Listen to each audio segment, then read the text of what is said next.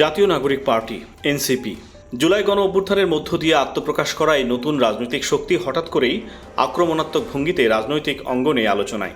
সরকারের উপর চাপ সৃষ্টির পাশাপাশি বিএনপিকে রাজনৈতিকভাবে হেয় করার প্রোপাগান্ডা চালাচ্ছে দলটি, এমন অভিযোগও উঠছে। চলতি মাসের 5 আগস্টের পর থেকে একের পর এক কড়া বক্তব্য দিচ্ছেন এনসিপির শীর্ষ নেতারা। বিশেষ করে অন্তর্বর্তী সরকারের প্রধান ডক্টর মোহাম্মদ ইউনূসকে সরাসরি আক্রমণ করে বক্তব্য দেওয়ায় স্পষ্ট হয়েছে দলটির রাজনৈতিক কৌশল পাল্টে যাচ্ছে।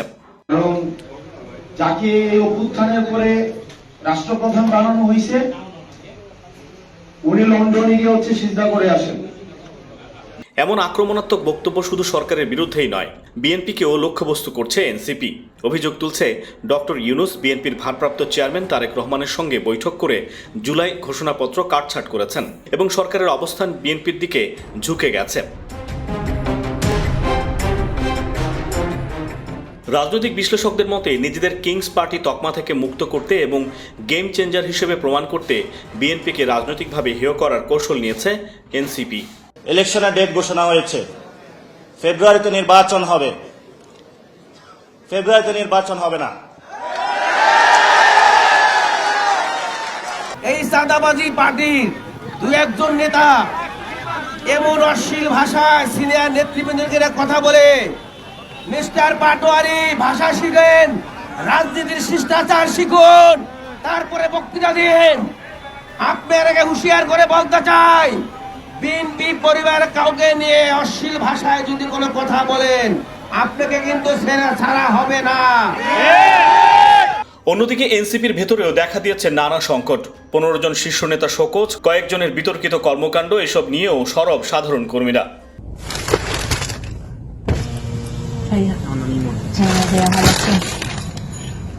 এখানে 7 লাখ টাকা আছে। হ্যাঁ, 10 থাকার কথা ছিল, মানে একটু ক্রাইসিস মনে বুঝেন না, ব্যাংকও দিতে চায় না। 7 লাখ টাকা আছে। ভাইকে বলছেন কিছু? হ্যাঁ বলছি, 7 এর কথা বলছেন? হ্যাঁ আমি বলছিলাম ওনাকে, কিন্তু 7 আছে আপাতত। আচ্ছা, মানে এটা ভাই জানেন তো 7 আছে এখানে? হ্যাঁ হ্যাঁ ভাইয়া। আচ্ছা ঠিক আছে। আপু, আপনার আসার কথা ছিল 2টার দিকে। আমি আপনাকে 2টার দিকের জন্য আসতে বলছি। আমার 3টায় মিটিং। আমি আপনার সাথে সর্বোচ্চ 2:30 পর্যন্ত হয়তো সময় লাগবে। তারপর আমি 2:30টায় বের হয়ে যাবো, আমার 3টার মিটিংয়ে চলে আসবো।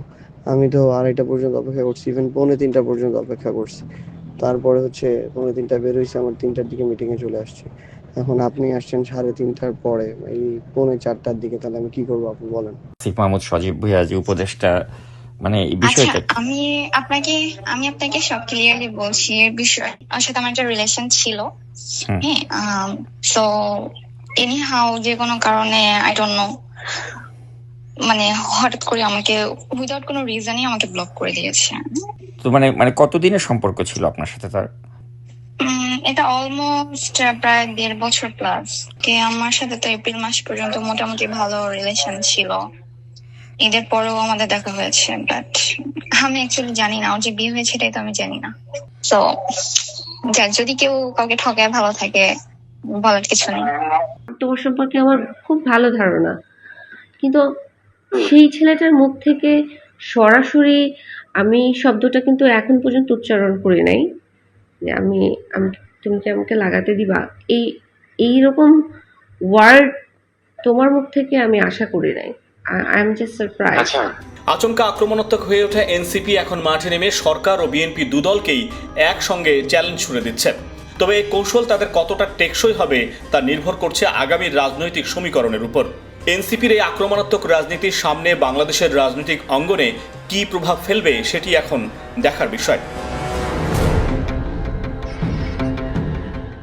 CRD news, Dhaka.